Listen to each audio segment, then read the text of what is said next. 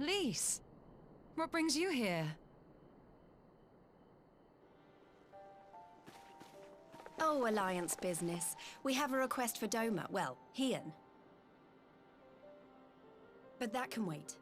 They told me you were out searching for Alphino. Did you manage to pick up his trail?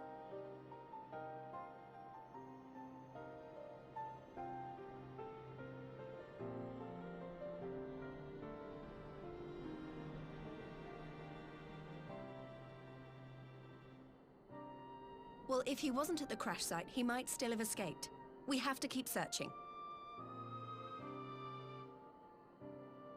And we will. Alphino embarked on this journey as an emissary of Dorma, and I hold myself responsible for his safe return. I will have our shinobi in the provinces search for him as a matter of urgency. Chin up, Alize. You'll get to admonish your brother for his recklessness yet.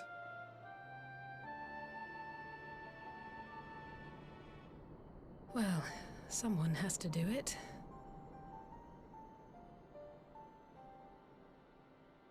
I'm sure he's going to be fine. There is one thing I'm not sure about, though. You said it was the Emperor's personal guard that attacked Alphino's airship. But the Popularis would never have been able to arrange the prisoner exchange without Varus's blessing. So why would he sabotage his own mission? They may not have been acting on Varus's orders. The guard answer not only to him, but to his family, the Crown Prince included. When Yotsuyu summoned Tsukuyomi, Asahi was quick to proclaim that a dormant citizen had violated the terms of our agreement, that the negotiations had failed. And it is this version of events that is now being repeated across Garlemald. To hear the tale, one would think the prisoner exchange never took place. Plainly, someone is manipulating matters from the shadows. Most likely Xenos, or whoever it is that wears his face. Whichever Ascian you mean. We all know the nature of our adversary. The servants of Chaos are true to their name. Their meddling has cost Dorma a chance at peace. Whoever it was that loosed his personal guard, the Emperor cannot be ignorant of these developments. We must proceed on the assumption that our treaty is indeed in tatters.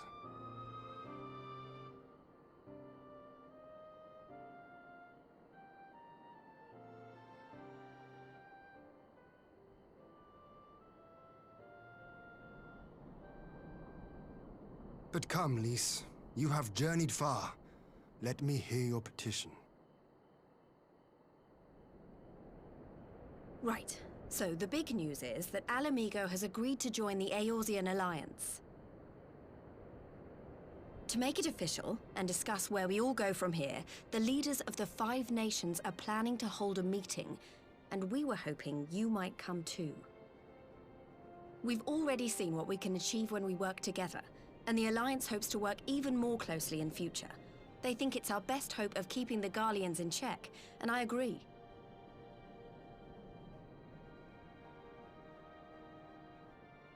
As do I. By coordinating our efforts in the east and west, we may be able to discourage them from committing their forces to a single front. I accept your invitation. I must, however, ask for time to attend to some pressing matters here. In light of recent events, the risk of Imperial reprisals is greater than ever, and I would not leave Dorma unguarded. Ere I depart, I must shore up her defenses. Understood. I'll let the Alliance know. We'll wait to hear from you before setting a date. The meeting's to be held at the Royal Palace in Alamigo, incidentally. Do you remember the way? Well enough. Please assure my hosts that I will not keep them waiting any longer than I have to. Consider it done. And thank you for agreeing to come. If we all put our heads together, we're sure to find the best way forward. For everyone.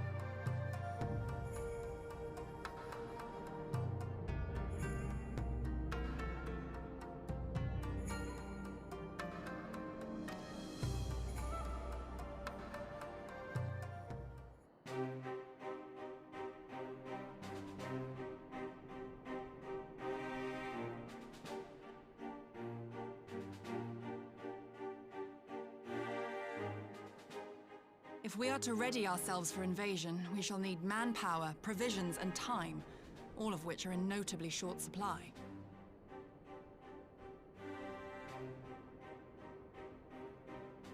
Candid as ever, you giddy, and correct, I concede. Fortunately, I have an idea.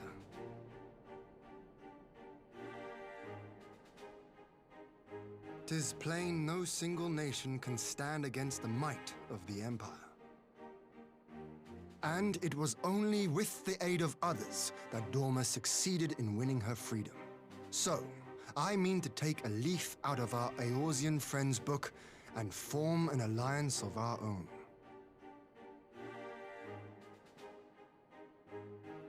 In addition to those with whom we already share an understanding, I would reach out to Hingashi and Tsuinosato, and further afield to the myriad peoples of Nangsha and Dalmasca. I am under no illusion. Not all will answer the call. Yet disparate though we may be, we are united in our desire for freedom. If our neighbors could be made to see what is at stake, Ascian machinations and all, cooperation need not be so far-fetched a notion. It may even seem practical. Under the guidance of our former leader, Master Louis Soir, we once strove to unite the fractious city-states of Eorzea. I dare say that experience shall be of use in your endeavor. We should be glad of your wisdom. For the record, I would have been in favor of this plan even if it hadn't been my grandfather's, but I have to ask, how will we secure the time to carry it out? Not that anyone has forgotten, but the Garleans have airships. Lots and lots of airships. Should they catch wind of our plan, they could send an armada to overwhelm us before our alliance had even begun to take shape. Not if we deny them access to the skies.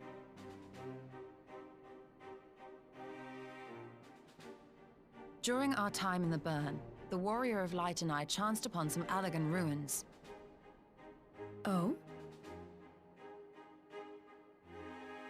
As such ruins go, they were not particularly unusual.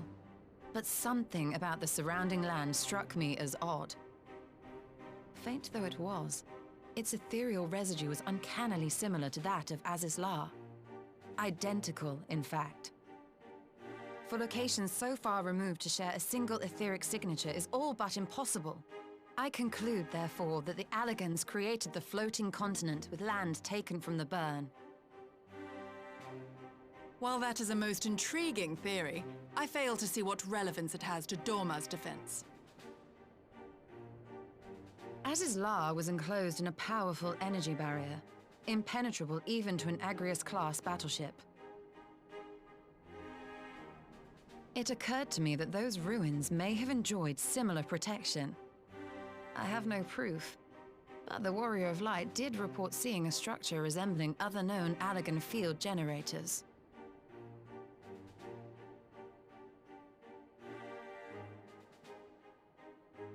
All right. But even if we could put up such an energy barrier, it surely wouldn't extend beyond the limits of the Burn. So what's to stop the Garleans flying around it?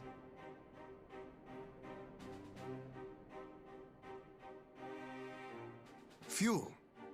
The Dalmascan capital, Rabanasta, was a key Imperial refueling point in the east.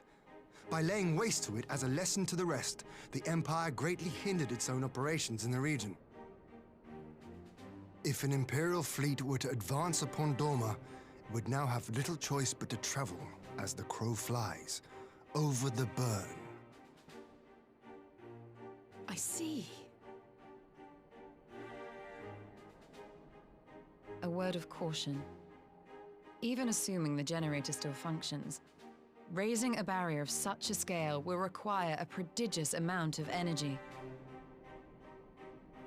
And few places are so bereft of suitable crystals as the Burn.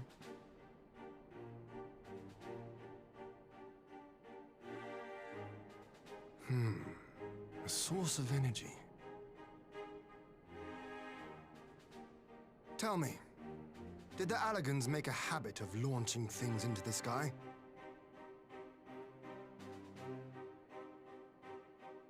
A curious question. Besides Azizlar, I know of only one other notable instance. The Red Moon Dalamud, whose fall triggered the calamity. Just the two occasions, you say? Then I believe I may have a solution to our energy problem. You do? I may. To find out for sure, we would need to visit the Azim Steppe. Which would, I now see, present the perfect opportunity to discuss an alliance with the Zayla tribes. How very neat. What say you then? Shall we see whither this road leads?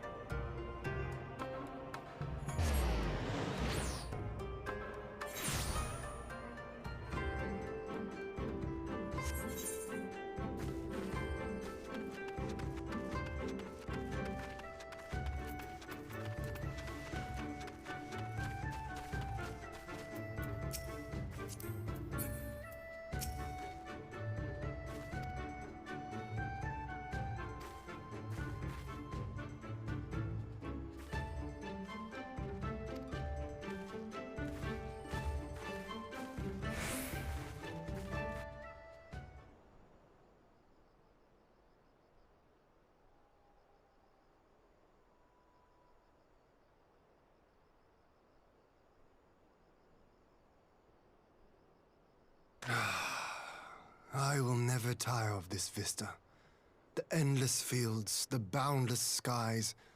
'Tis a sight to make a man forget his cares.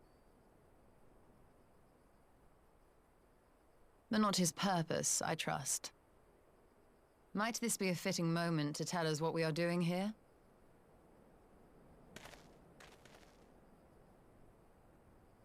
Of course.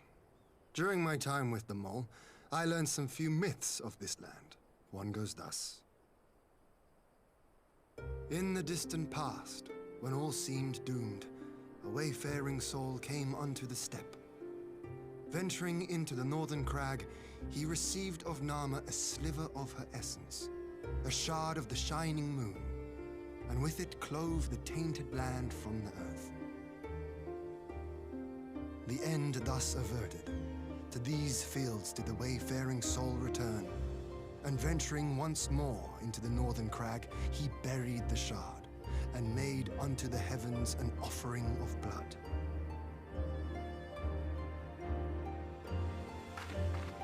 A tainted land cloven from the earth and an offering of blood to the heavens.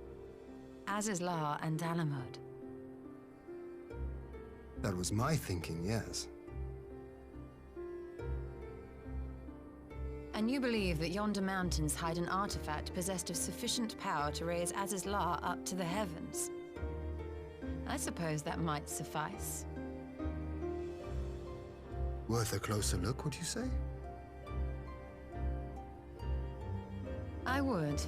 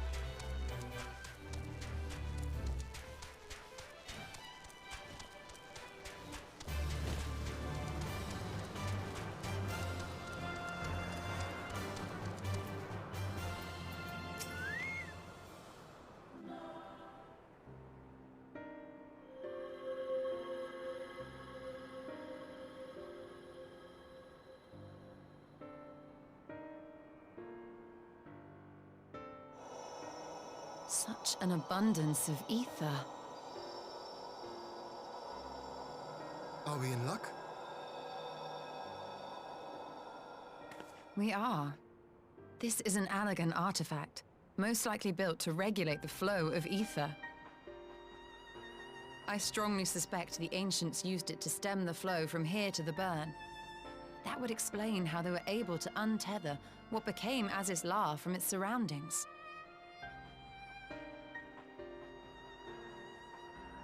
But were we to throw open the floodgates, the resultant deluge would surely be sufficient to raise our wall. And in restoring the flow, we may also restore life to the wasteland.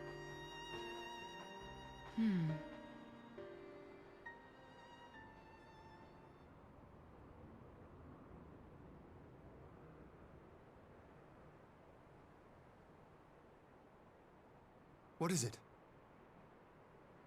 While the device itself harbors a surfeit of ether, the opposite is true of the surrounding area.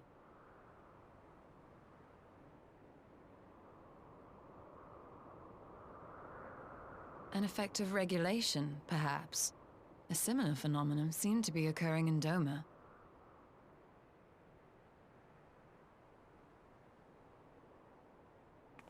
Whatever the explanation, the answer will not reveal itself here. We have seen what we needed to see. Let us return to Mol Ilo.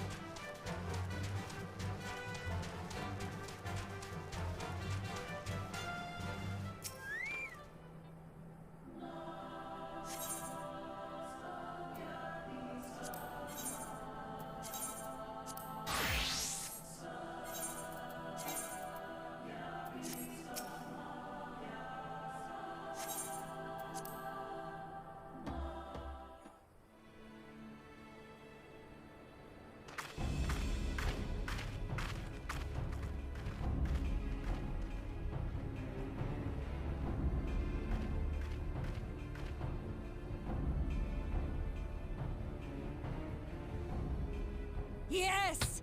This spot shall serve as well as any. I shall enjoy this harn. Is this truly necessary? Have you no peaceable way of making decisions? Speak not of peace. You stand before proud warriors of the Dathal. In the heat of battle do our souls burn brightest. We lay low the strong that we may rise higher.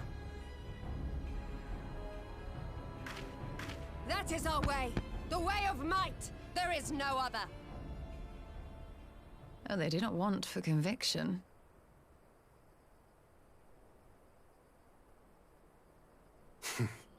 Indeed. It's what makes them such dangerous enemies, and such useful allies. Enough talk! It is time to fight!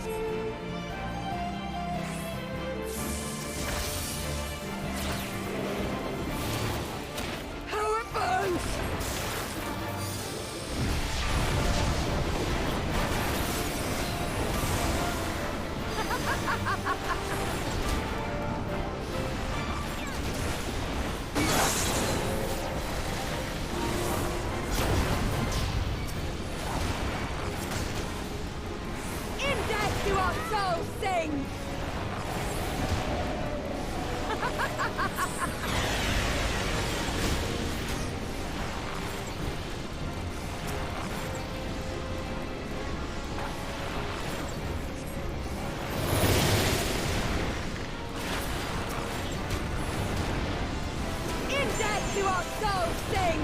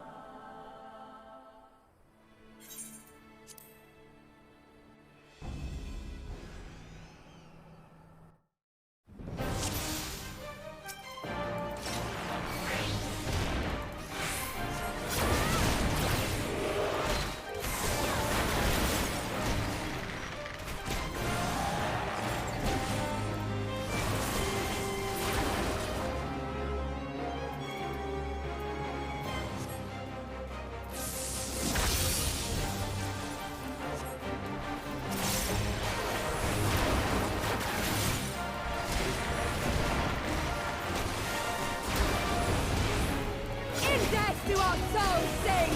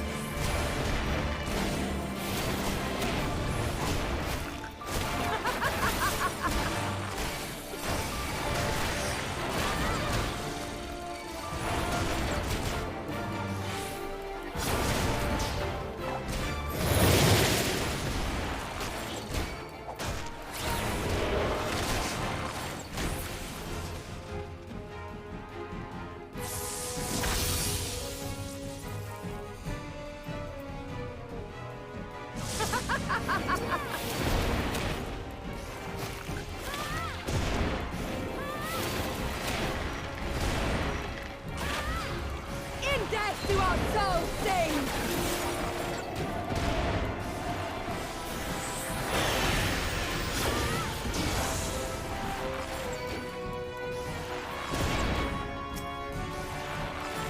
In death do our souls sing!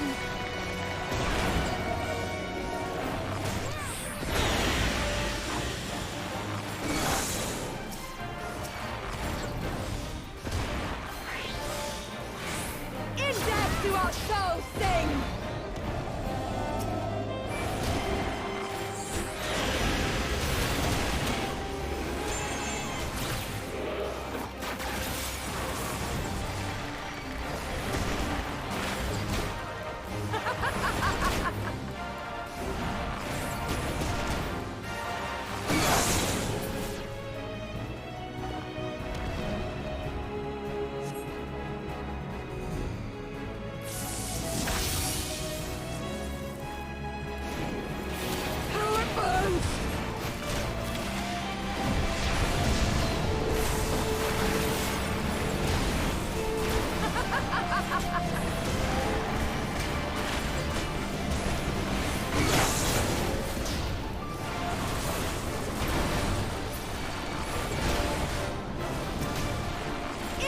To our souls sing!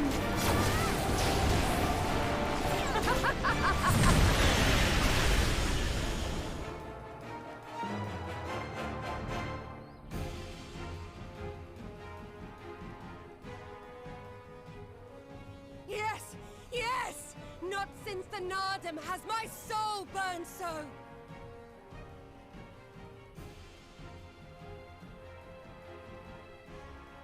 Come! We have only just begun.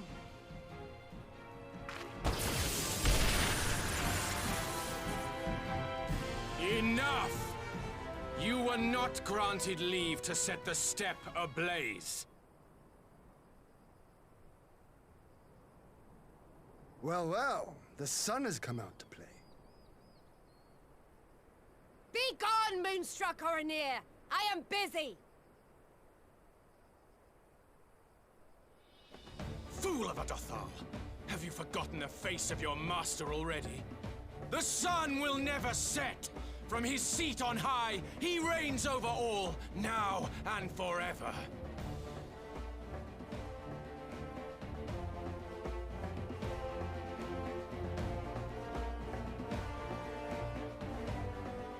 Yet what should he find here but a battle to determine the fate of the steppe?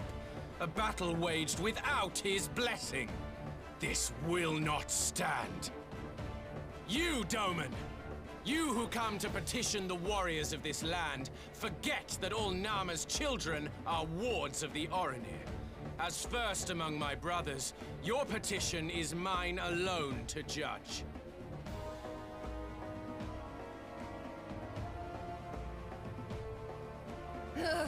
These words are as wind from a horse's backside. Plentiful, but your axe sings more sweetly.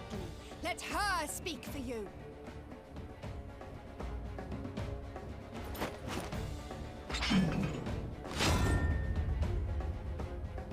Insolent child. You will learn your place!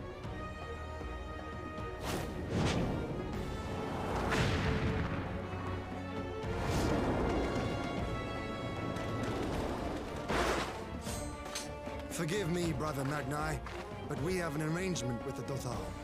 We will not abide any interruptions.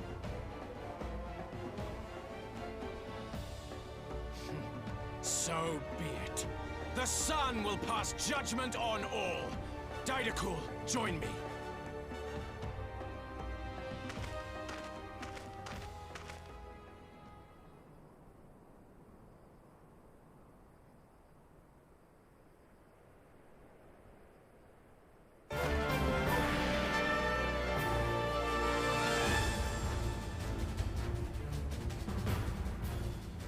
The sun is in good company.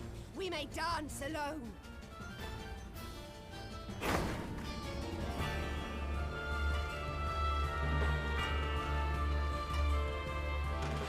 Beg not for mercy, for you will have none. Bear witness to the power...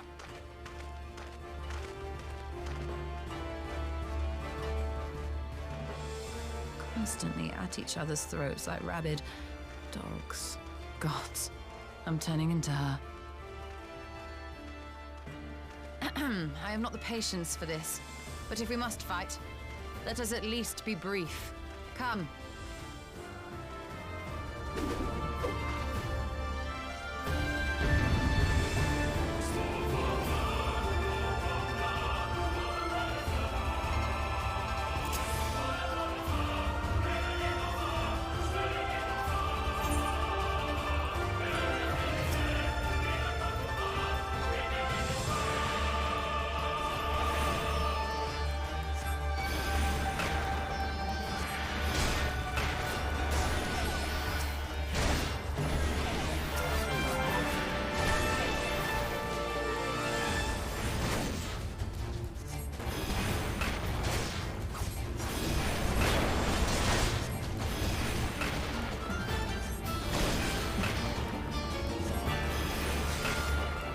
Down before me!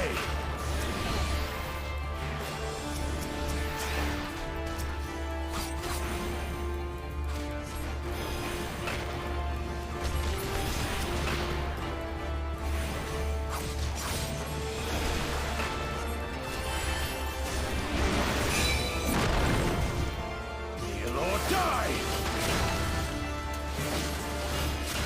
Mark well and learn!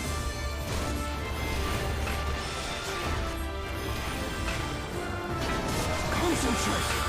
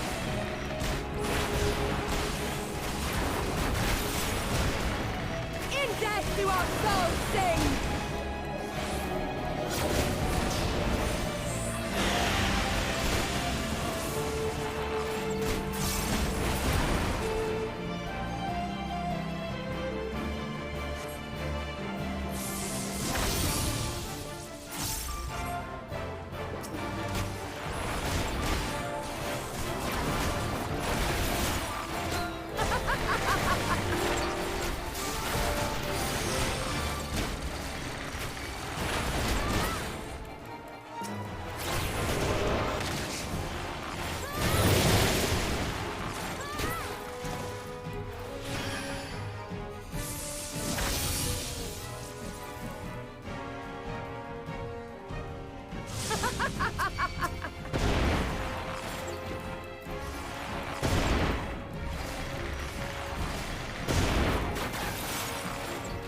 death do our souls sing!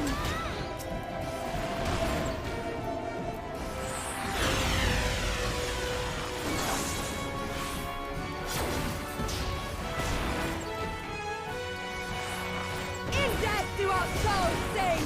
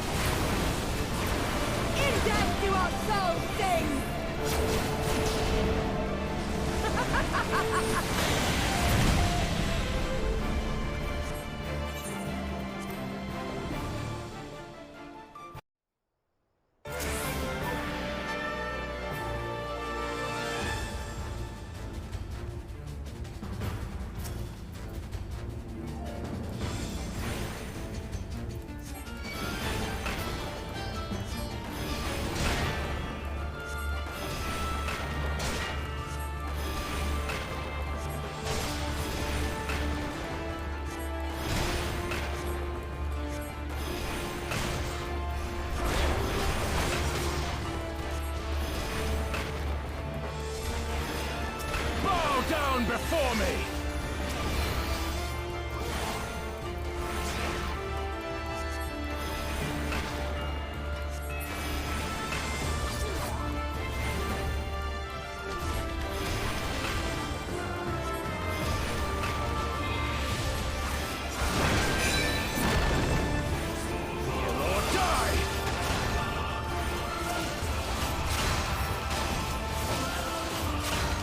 Mark well and learn!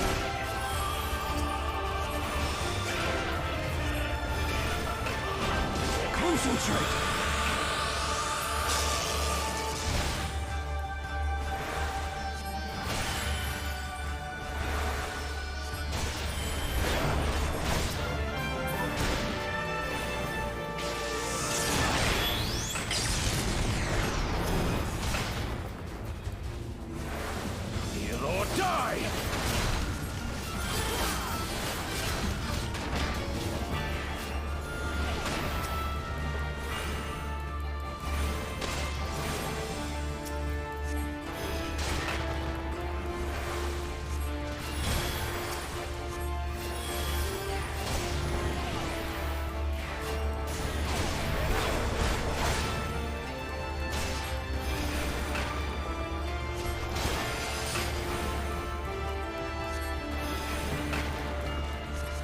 Down before me!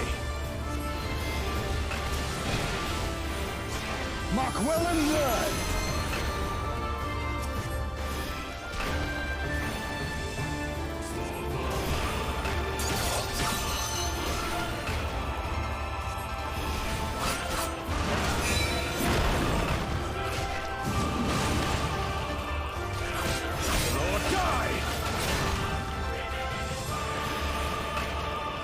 Down before me!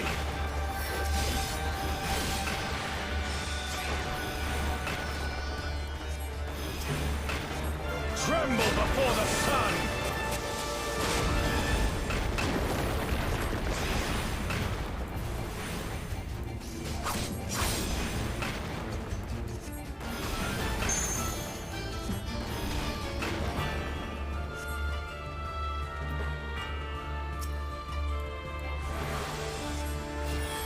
Let us be about it!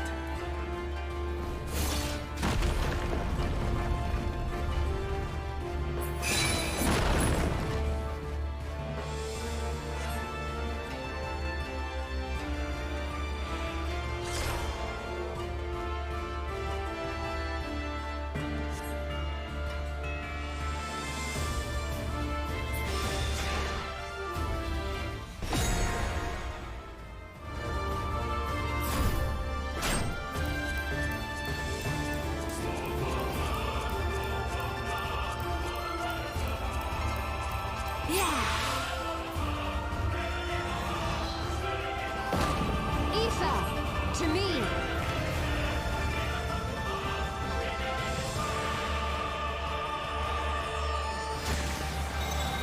Have at you!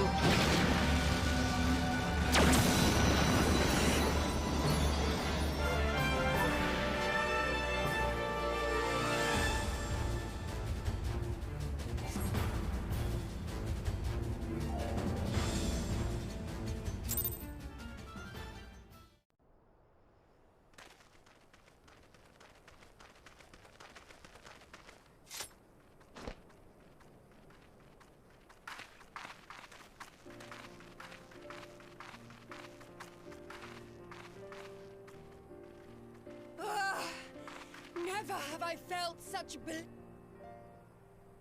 'Twas a bat.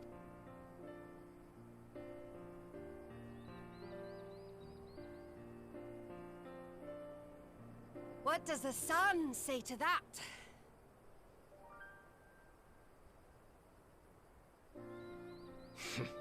The sun is not driven by base motives such as yours.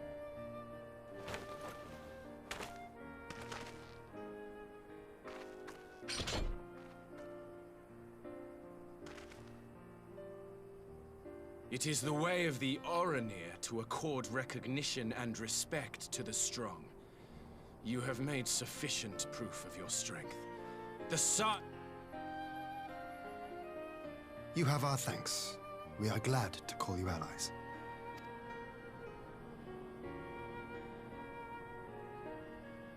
You? By what are you called?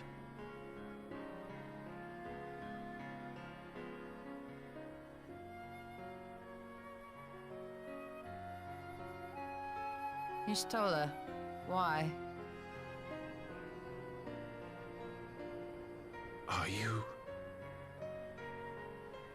Are you my Nama?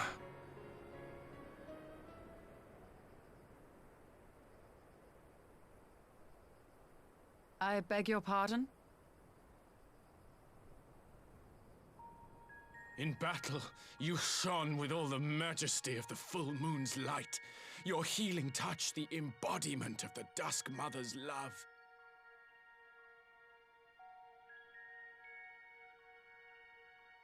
Long had I wondered if my Nama might not be a woman of the steppe. Beholding you, I am all but certain.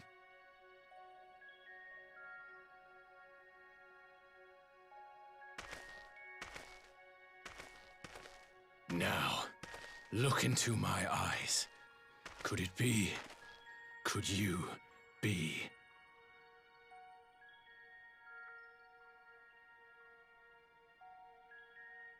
I am. Not interested, little son. Try again when you've become a man. Little?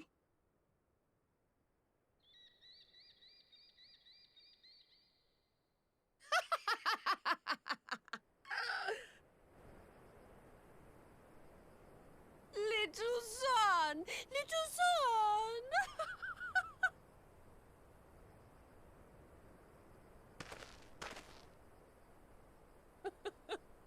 Does it pain you, little son?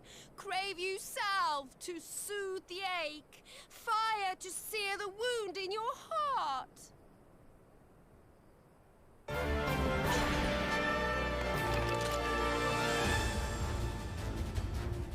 We have wasted enough time here. Siren awaits for word of our success.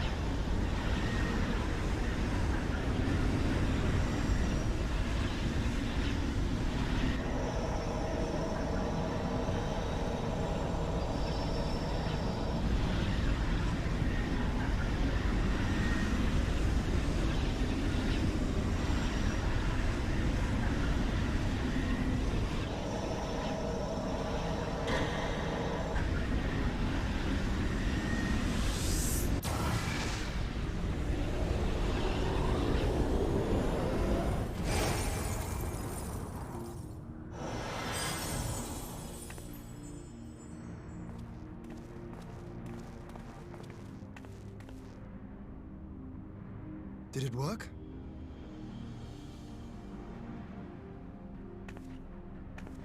It did. Ether may flow freely to the burn once more.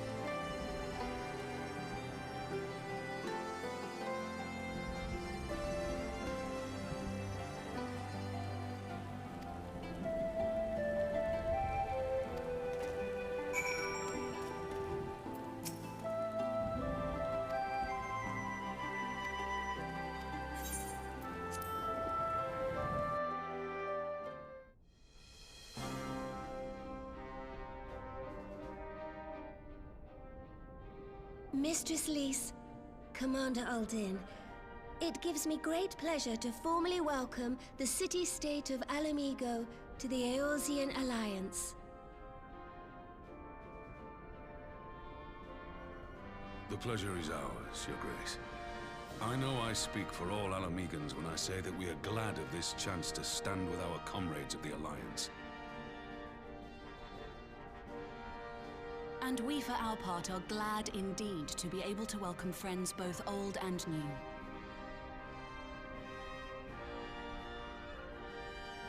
Lord Hien of Doma, at your service. Pray, accept my heartfelt thanks for your generous invitation.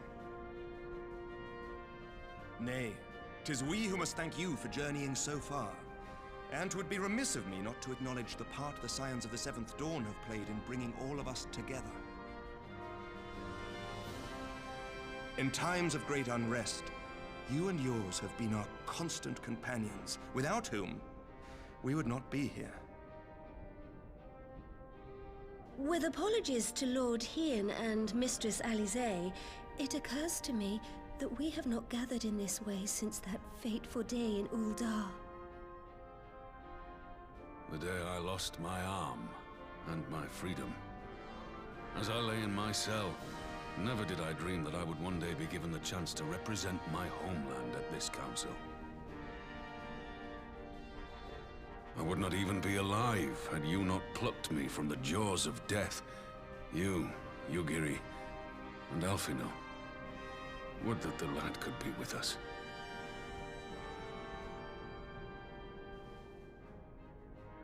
I too owe my presence here to Alphino, in so many ways. Until such time as he returns, I mean to carry on his good work as best I can.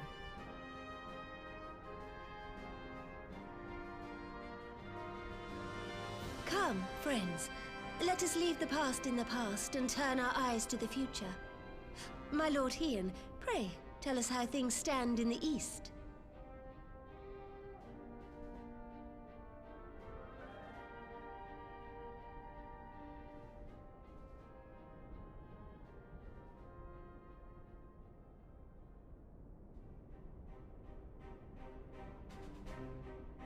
Having heard the rumors of dissent in Garlemald, I dared to dream of a peaceable solution. The Empire will not so easily change its ways. If the Garleans have a mind to take back Doma and Alamego, we'll be hard-pressed to stop them, even with the might of 6 nations. But while we lack the strength to fight the tide, a course may yet present itself, if we read the winds aright. The winds suggest but one course to me. One which leads from the sea unto the river and thence to the source of all our woes. The Ascians. Indeed. All here have felt their blighted touch. It was the bringers of chaos who nurtured the Archbishop's tyrannical ambitions. They who bestowed upon him the secrets of summoning, as they have so many others before and since. And while they remain, we shall know no peace. Our objective is clear. The question is how to achieve it. That our enemy parades about in Xenos' skin poses problems in itself, but ere we get to them, how are we to infiltrate the Empire and get close enough to strike?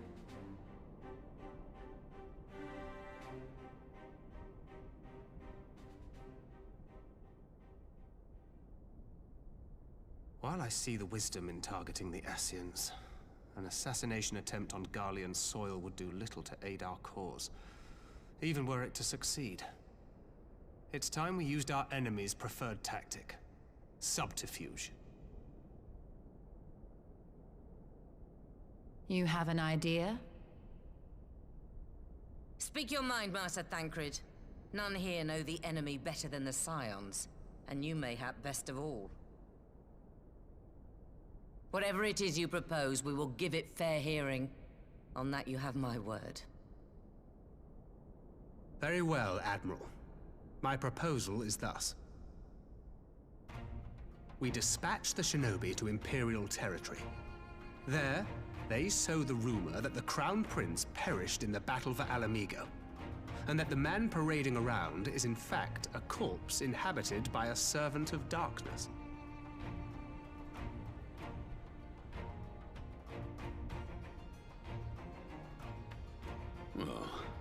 does have the ring of truth about it. And were the Garleans to learn that their future ruler is a puppet, the Empire would be shaken to the core. But at the risk of sounding stupid, would they actually believe such an unlikely story? I didn't. Ordinarily not. But prior to his miraculous recovery, rumors of Xenos' death had already begun to circulate around the Empire. Ultimately, however, what the masses believe is not our chief concern. Our true objective is to create an opening for rival factions within Garlemald to exploit. Just as a war of succession erupted in the wake of Emperor Solus's death. A war which raged until but recently, plunging the Imperial House into disarray as nephew and uncle grappled for the throne. It is no coincidence that one of Varus's first acts as Emperor was to name Xenos heir apparent, family feuds being so tiresome when armies are involved. Not all welcomed his choice of successor, however. There is no shortage of individuals who aspire to the throne, who would jump at any chance to seize power. The news that Xenos is not only dead, but a puppet to diabolical forces would be too enticing to ignore. The Empire would not be quick to recover from a second war of succession. I am no stranger to infiltrating Imperial territory. With a team of operatives gathered from among the Alliance's finest, the plan should have a reasonable chance of success. Doma already has shinobi in place throughout the provinces. We stand ready to act, and act we must. What say you all?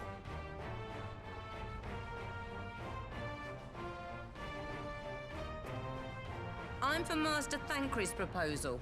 We shine a light upon the Ascian and test the Empire's unity.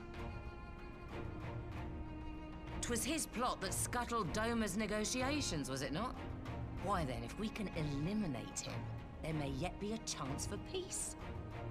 Let us wage this war of subterfuge, that we may one day lay down our arms. Gods know we never will while the Ascians remain.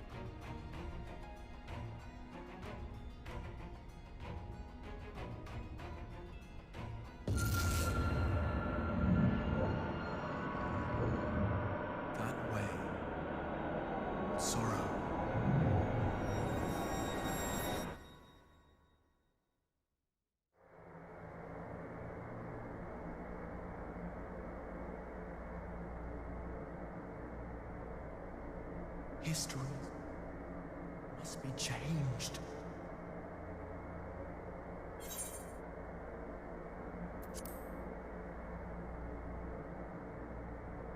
Ahead looms a calamity.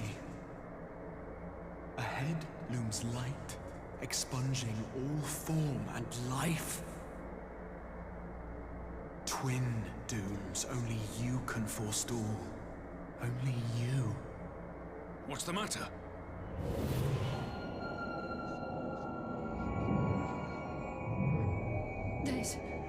There's a voice!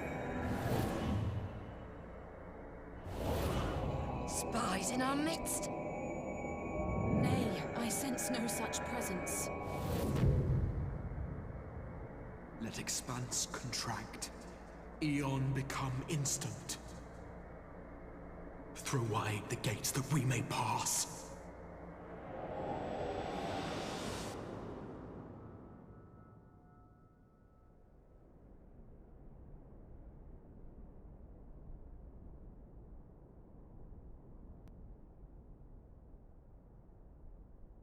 Is it over? Master Thancred!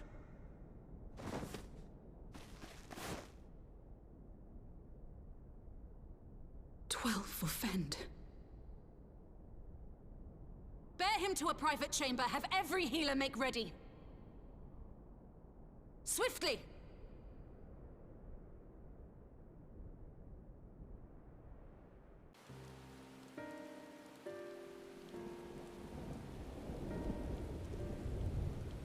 Master Thancred remains in slumber. Though his vital signs appear stable, he's unresponsive. What could have done this? And why just him and not the others? I'm afraid we could not identify the cause, milady. Our examinations revealed no wounds, nor the presence of any poisonous substances. Gods, that only makes it worse. You're to let us know the moment there's any change, all right?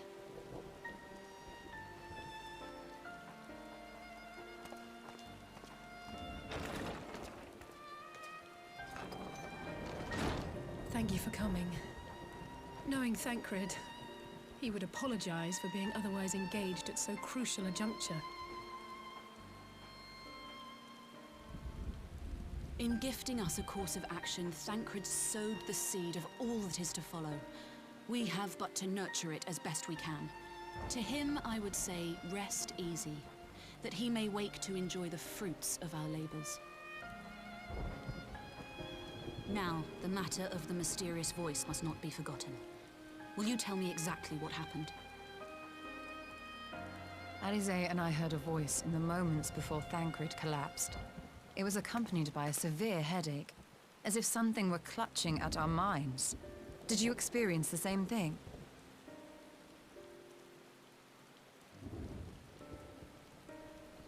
So, in between the voice and the pain, you felt as if you were somewhere else entirely.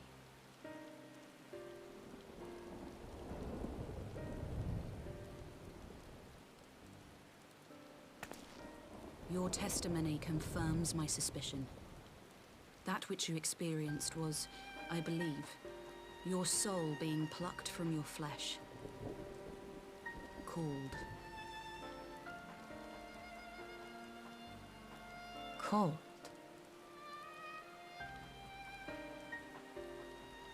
I myself examined Thancred. Reach out as I may, I could not sense in him the spark of life that is his soul.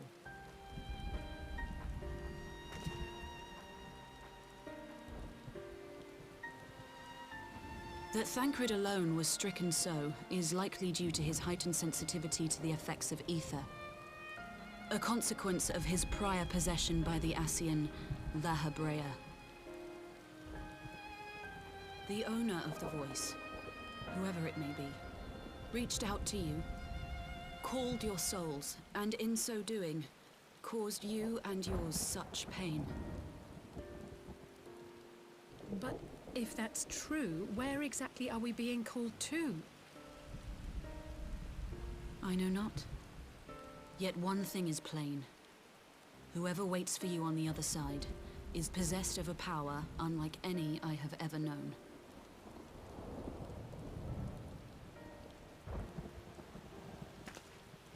Forgive us, Lys, but may we leave Thancred in your care for a time? As if you had to ask. I may not be a scion anymore, but I'm no less a friend. Don't worry. I'll see to it that Thancred's well looked after. Just focus on solving this mystery, all right? Thank you, Lys. As the Elder Seedseer says, 'tis no ordinary individual we are dealing with. Nor can we discount the possibility of Ascian involvement. Whoever or whatever is behind this, the sooner we find out, the better.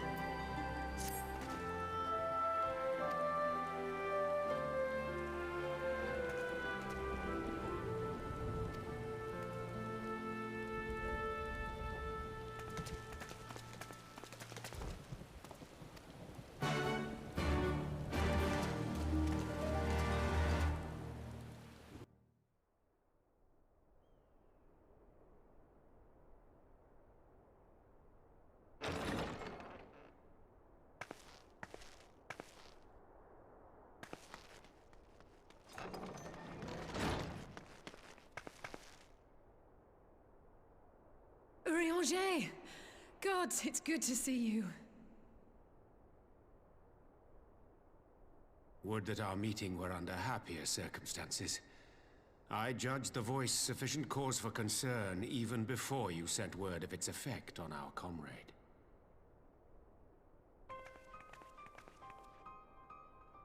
You heard it too, then?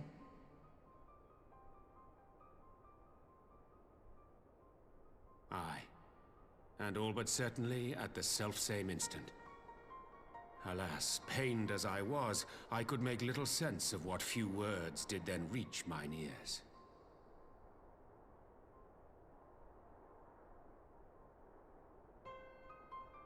Who do you think is responsible? Could this be the Ascians doing? That I cannot say. Not when so little is known. Ere I indulge in speculation, I would examine Thancred with mine own eyes. To Alamigo, then, without further delay. One other thing. During my visit to the Far East, I observed a strange phenomenon. Thou referrest, I presume, to the localized reduction in etheric density. Well, that spares me the trouble of an explanation. Yes, I noted precisely that at two apparently unconnected locations. I take it the phenomenon is not limited to the Far East. Indeed not. Of late, our agents charged with surveilling the beast tribes have spoken of little else. In every corner of the realm, they tell of places in which the ether hath grown thin. Naturally, my suspicions first turned to primal activity, but the areas thus affected betray no evidence of summoning. I must confess to being quite perplexed. If the same phenomenon is being observed in multiple locations on opposite sides of the world, we may safely discount regional factors. Needless to say, this warrants further investigation. Indeed, I shall make it my task to...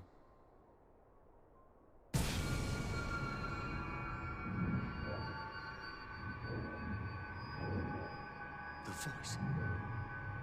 It calleth to me once more.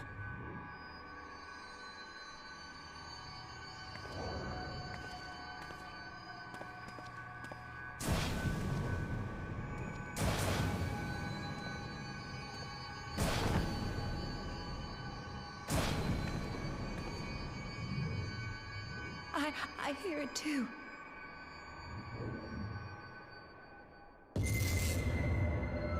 Only you. Only you. No! Ishtola! Orianger! Throw wide the gates.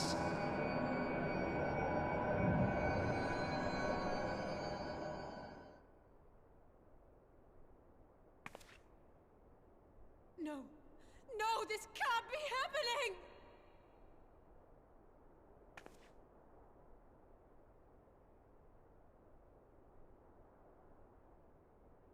Y'shtola!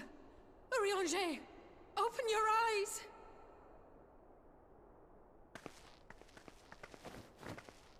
Open your eyes, I beg you! Say something! Anything! Not again.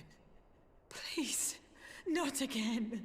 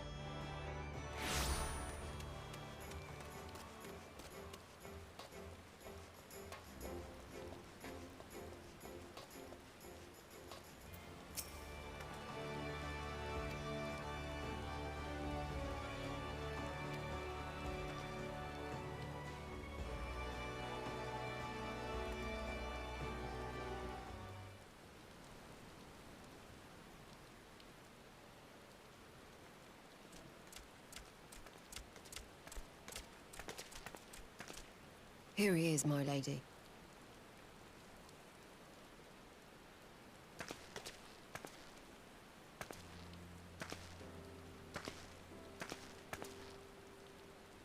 Gabu, it's been too long.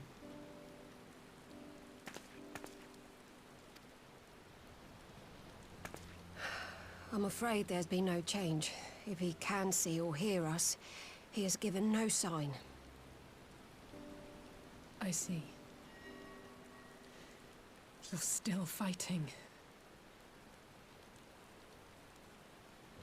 I'm proud of you.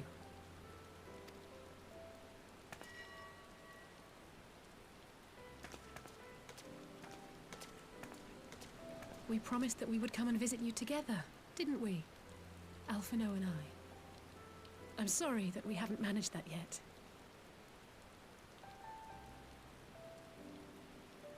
You know, with the three of us like this, does it not remind you of that night?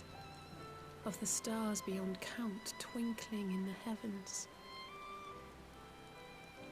I was feeling pretty low back then. Powerless. But I knew that my brother was close by if I needed him, and that the others would be waiting for me back at the Rising Stones. Not like now.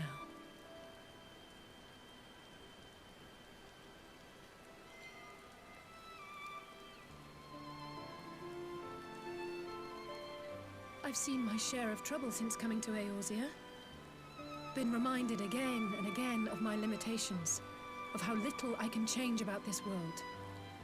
And I've come to know the sorrow of parting all too well.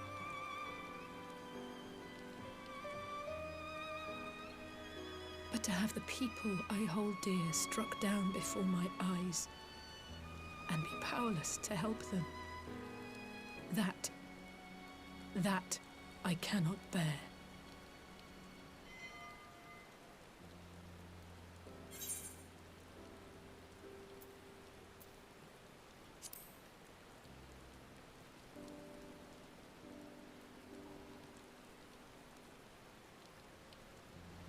No, I don't. You're right. It's pure arrogance to imagine I can solve everything by myself. You'd think I'd have learned that by now. Thank you. I don't know what I'd do without you.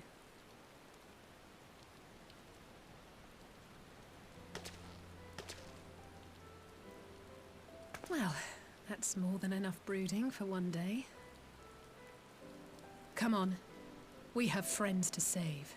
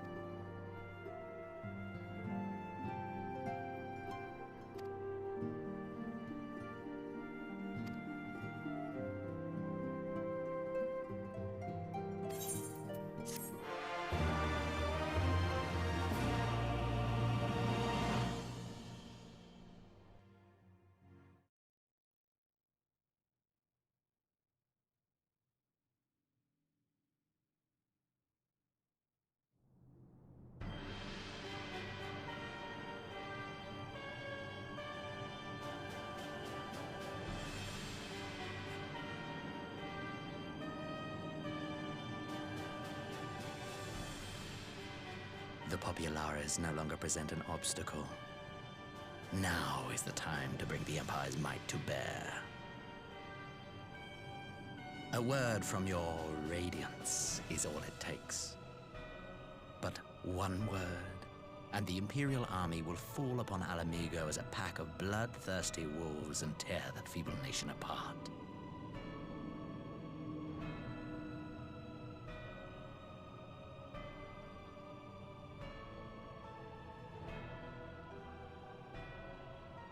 Have you no words for me?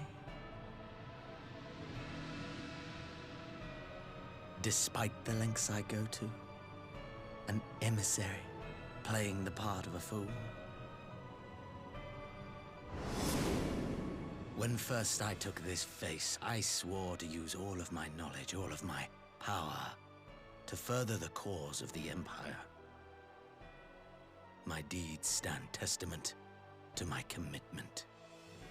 And with this adamant flesh at my disposal, I could destroy the Icon Slayer as easily as one might swat a fly. Why do you hesitate?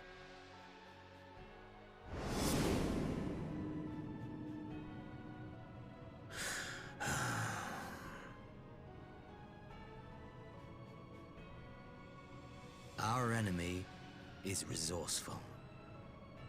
Though victory is certain now, it will not remain so indefinitely. Deliberate if you must, but be quick about it.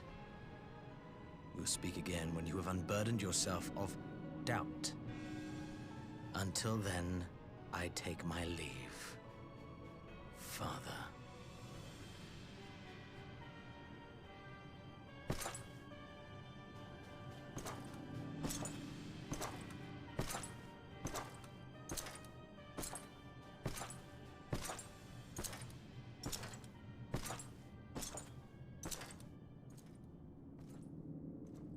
I should be the one to sigh.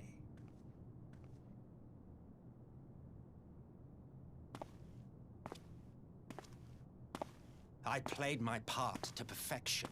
I had earned my rest, and then, thanks to La Habrea's crowning act of idiocy, our favorite emissary sees fit to summon me back. Elidibus was ever a warrior. A most tiresome trait, would you not agree?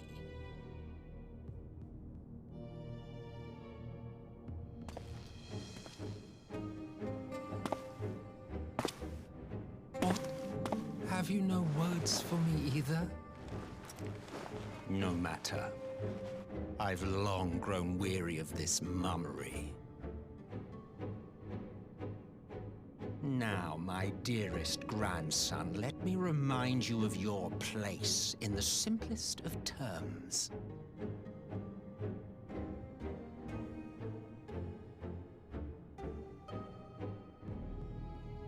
You do not make judgments, you administer them. Swiftly and to the letter. Naught else is your concern.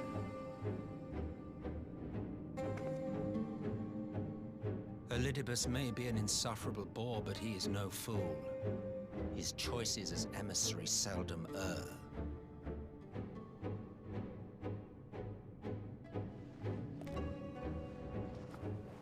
If aught threatens the balance twixt light and dark, it falls to you to remove it.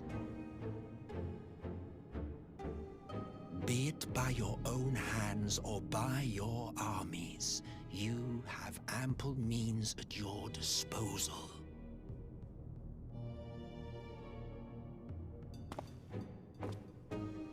That is why this empire exists, why I built it. Oh dear, have I touched a nerve? You always were an easy one to read. I pity you, I do. As they say, ignorance is bliss. And I know how much happier you would be not knowing the things you know. The founding father was an Ascian, and he created the Empire solely for the purpose of sowing the seeds of chaos.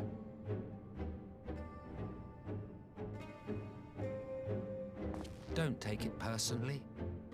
I merely do my duty.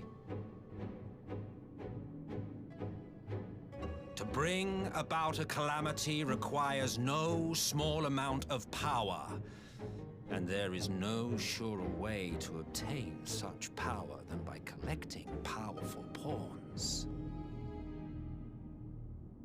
To that end, I have labored long and hard, and I must say I am quite pleased with my handiwork, paltry though it seems in comparison to Alag.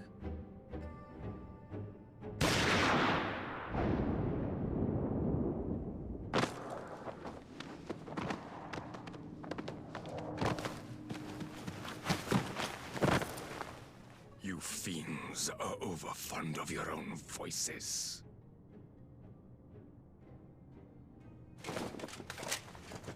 Mark me, Ascian. Man is the master of his own destiny.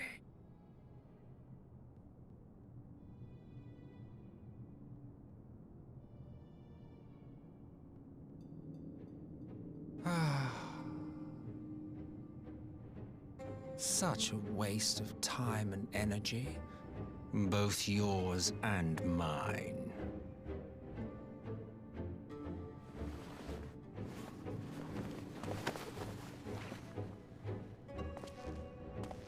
Lest you forget you are Emperor now. If you wish to spout drivel about man's destiny, save it for the masses.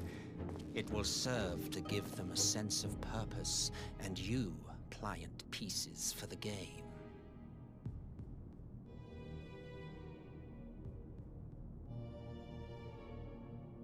Oh, do stop sulking, boy. You, of all people, should understand. Ours is a struggle to restore both mankind and the world to their rightful state. Viewed thus, our goals are one and the same.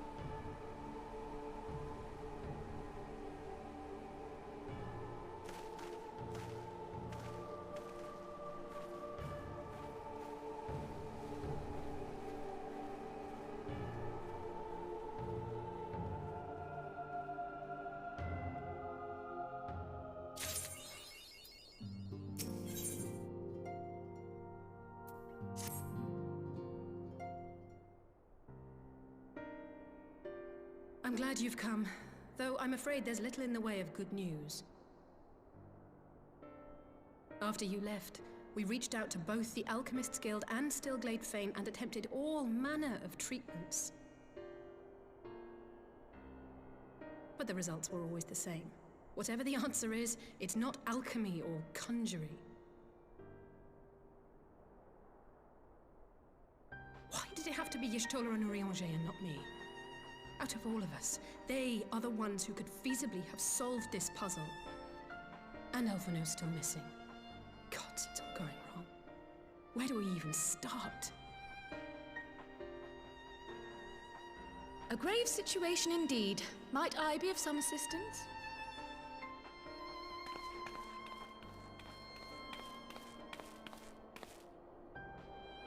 Kryle! I did not think you well enough to travel. When word reached me of the plight of our friends, I could not well stay away.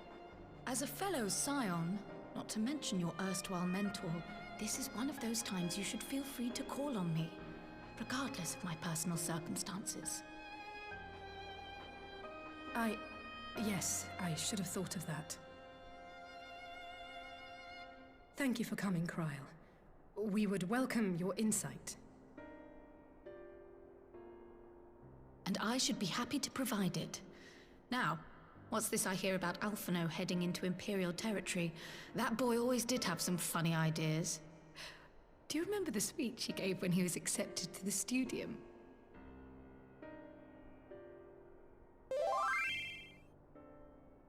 My life's goal is naught less than the salvation of this star.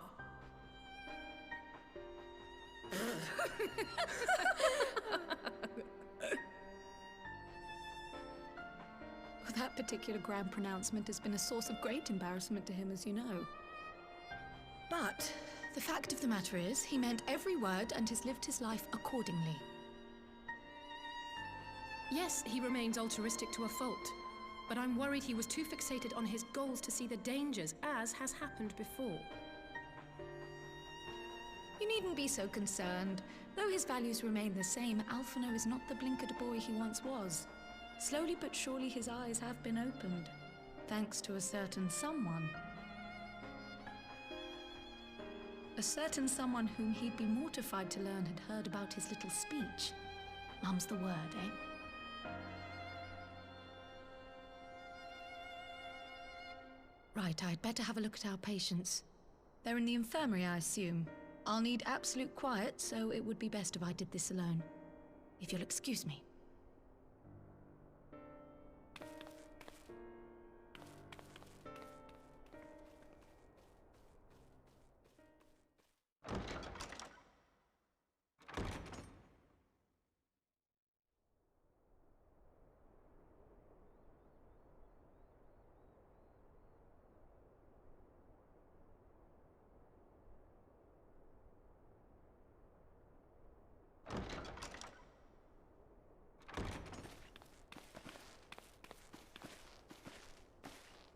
All three are in fine physical health.